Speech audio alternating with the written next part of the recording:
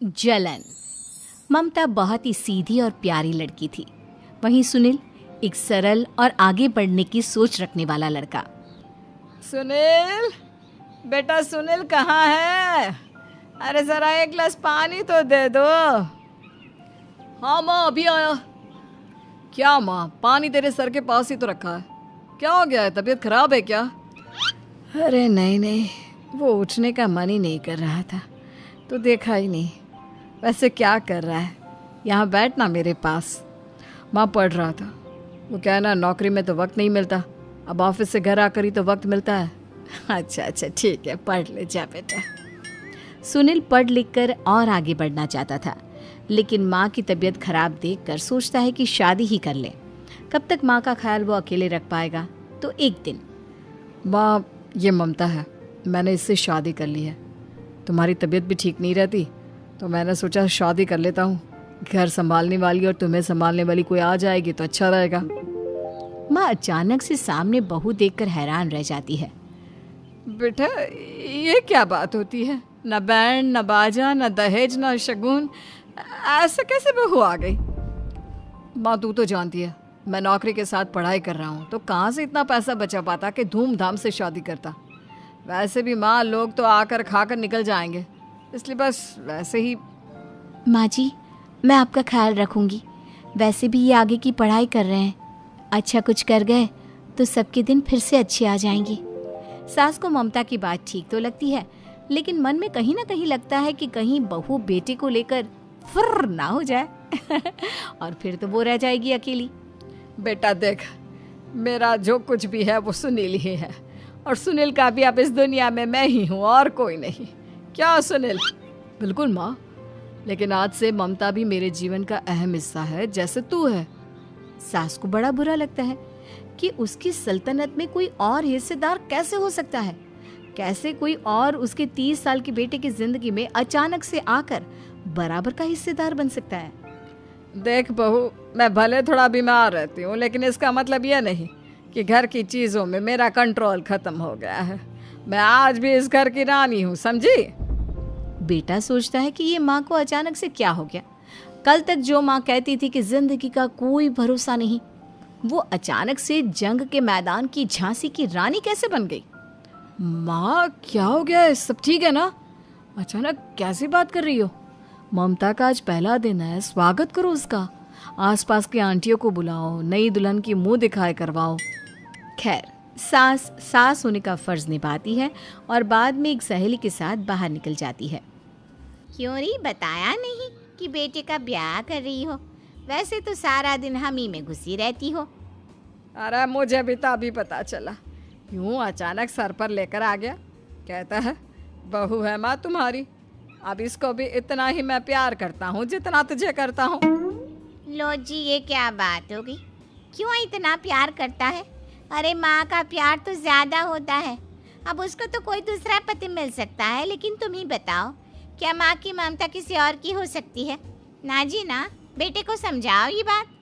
अरे क्या समझाऊं, मुझे तो खुद ही समझ में नहीं आ रहा कि क्या हो रहा है। जो बेटा कल तक माँ माँ करता था, अचानक से बीवी बीवी का राग आलाप रहा है। देखा, उसकी बीवी ना सुंदर और जवान है। सुंदरता के आगे तो एक से एक नहीं टिके, तो तेरा बेटा किस खेत की मूली है? सास को भी समझ में आ जाता है कि बहू की सुंदरता के आगे माँ का प्यार किसी काम का नहीं। उधर बीवी, ए जी, अम्मा जी सहेलियों को छोड़ने गई थी, अभी तक आई नहीं, हम देख आए क्या? अरे रहने दो ना, आ जाएंगी। कहाँ जाएगी, उनकी आदत है, एक बार जाती है तो पूरी पंचायत खत्म करके ही आती है। अच्छा ही है, खाना वाना खा कर गई होगी। छोड़ो ना, घूमेगी तो खाना पचेगा नहीं तो ऐसे ही खाट पकड़ लेगी। बहू भी शांत हो जाती है। उधर सास सोचती है कि आज थोड़ा देर से ही घर जाती हूँ, जब बेटा परेशान होकर ढूंढेगा तब मजा आएगा। बीवी को खुद ही पता चल जाएगा कि माँ के आगे उसकी दाल नहीं गलेगी। लेकिन वहीं दूसरी ओर घर पर, ए जी, माँ जी अभी भी नहीं आई, हमको तो घबराहट हो रही है कि क्या करें, जाकर पता करें किसी के घर।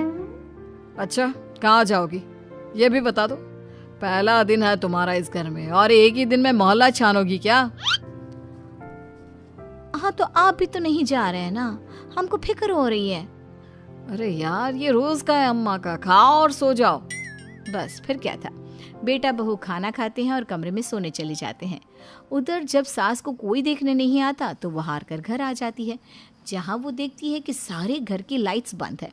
सास को गुस्सा आता है। बहू, ममता बहू कहाँ हो?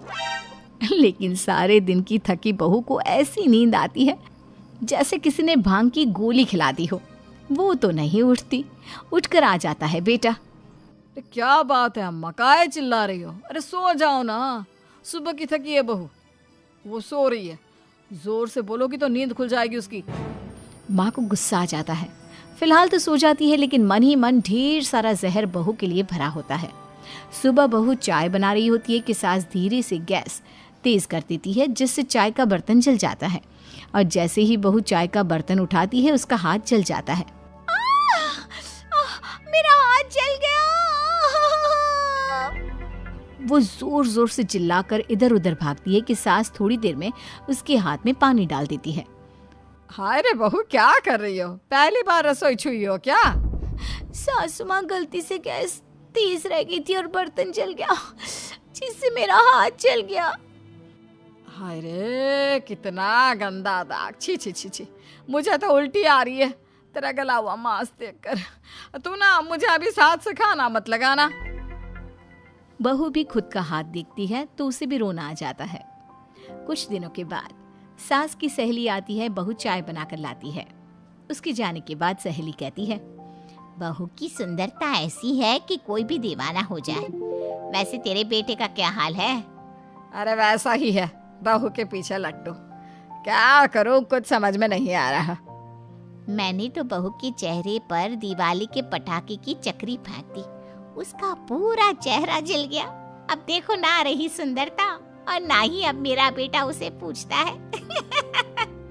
अरे अब तो वो उसे छोड़कर दूसरी भी देखने को बोल गया है मुझे। बहू सारी बात सुन रही होती है। आंटी एक बात बताइए, क्या भरोसा है कि दूसरी सही आए और आपके अनुसार रहे? देखिए आंटी, मेरी सासू माँ को गलत बात सिखाने की जरूरत नहीं है। हमारा परिवार साथ में खुशी से रह रहा है। देख बहू, मेरी सहेली की बेइज्जती ना कर, वही अच्छा रहेगा तेरे लिए, समझी? बहू नहीं मानती है। वो बार बार उनकी सहेली को घर से निकल जाने को कहती है। तभी सास की सहेली पास के चूल्हे से लकड़ी लाकर बहू के चेहरे पर लगा देती है। बहू जोर जोर से रोने लगती है। अरे ये क्या कर दिया? मैंने कहाँ किया, ये तो तूने किया। तू ही नहीं चाहती थी कि बहू बेटे के साथ रहे, भला मैं क्यों करूँगी? मैं तो चली, निपटो अब। बहू रो रही होती है, दर्द से चिल्ला रही होती है, लेकिन सास उसे डॉक्टर के पास नहीं ले जाती। तभी पति आता है। क्या हो गया ममता? ये दाग कैसे लगा? तुम कैसे जली? ममता कुछ नहीं कहती, बस दर्द से करा रही होती है। पति माँ की तरफ देखता है। हो ना हो माँ, ये पक्का आपका काम है। आप ही ममता से जला करती थी ना। देखना माँ, अब पुलिस आएगी, केस बनेगा, लेकिन पहले मैं ममता को अस्पताल लेकर जा रहा हूँ। सभी अस्पताल जाते हैं, जहाँ डॉक्टर ममता की सास से कहते हैं, आपने तो नहीं जलाया ना बहू को? अब ममता की सास के तो पसीने छूट रहे होते हैं। वो घबरा कर कहती है, ना ना डॉक्टर साहब, कैसी बात करते हैं? हम क्या जलाएंगे अपनी बहू को? डॉक्टर ममता के पति से पूछते हैं, देखिए, क्योंकि ये ससुराल में जली है तो मामला पुलिस का बनता है, तो आप पहले पुलिस को बुलाइए, तभी इलाज पूरा होगा। सास डर जाती है कि अब तो बच्ची जिंदगी जेल में ही रहना होगा। रहने दीजिए ना, पुलिस को क्यों बुलाना? सारी हंसी खत्म हो जाएगी जब पुलिस के डंडे पड़ेंगे।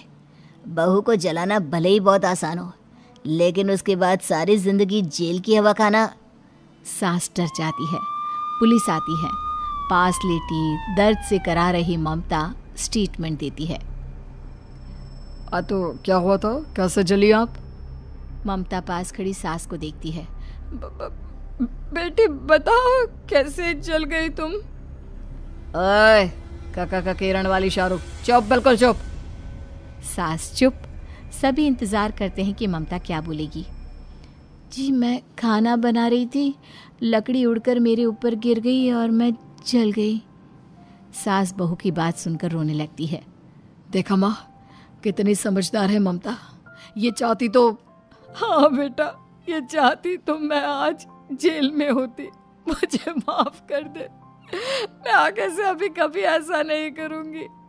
बहू के साथ मिलकर रहूंगी। मुझे माफ कर दे।